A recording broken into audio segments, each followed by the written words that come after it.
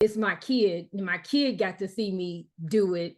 So like my son now is an entrepreneur because he saw, he thinks he's a lawyer too, because he had to go to school with me. But it's more than just a teen mom. And I wish society would see that.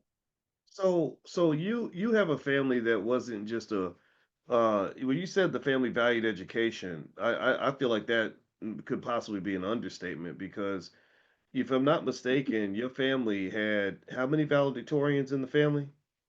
So I'm the oldest of eight.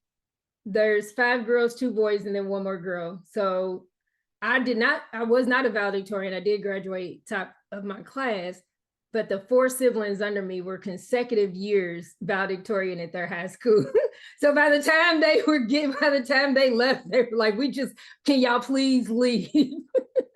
So wait, so let's just be clear about that. I want everybody to hear this, like, because this is the type of black excellence you're not gonna see on TV. So you're telling me that in your family there were not four girls, not including yourself, the one who went off and got an MBA and a law degree. So you were yourself were a straight A student.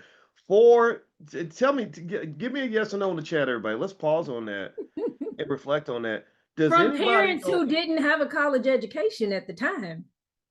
Say it again. With two parents who did not have a college education at the time. Wow. So does anybody know? Give me a yes or no. Does anybody know any family where you have four people from the same family that were valedictorians in their high school? Yes or no? Has anybody ever seen that anywhere? I think that's the Guinness Book of Negro Records right there because I have never, and I think that that's important. Like we can't gloss over that, right? Like because if you had made a hit rap album or something, if you was Cardi B or something, everybody would be fawning over that. But the thing is, when people walk around talking about black kids can't be educated, no, that's just not true. It's a matter of priorities. It's a matter of culture. So you had a Well, culture in your family of education.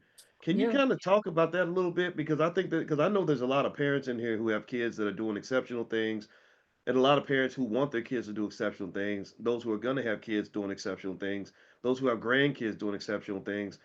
What was the culture in the household that even led to something that extraordinary? Because stuff like that don't happen by accident. What was going on there?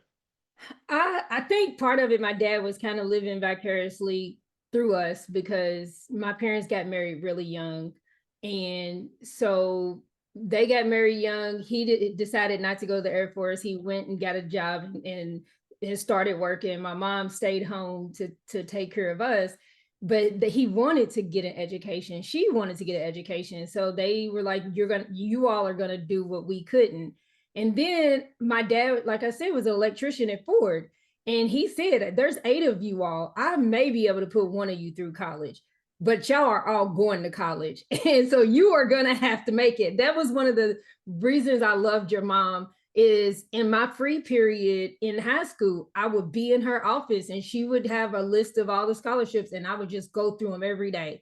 As far as growing up, um, I tell a story about my dad. I remember being in the car and my dad would just ask random questions. Do you see the car behind us? The lights are really bright. What do you think that means? And then now we have a whole science discussion on why the car behind us, the lights are bright. Well, it's because they have to have a bigger alternator because they have to have more energy because it's the police and they got more things to power on their car.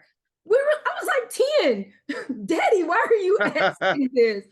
I remember he would ask us questions and he would ask us questions we didn't know the answer to. So that when we said we didn't know, we had one old set of encyclopedias. Go get the encyclopedia or the dictionary, and you're going to write me a report on what it means. So we would hate to talk to him because we knew he was going to use a word we didn't know, a concept we didn't know.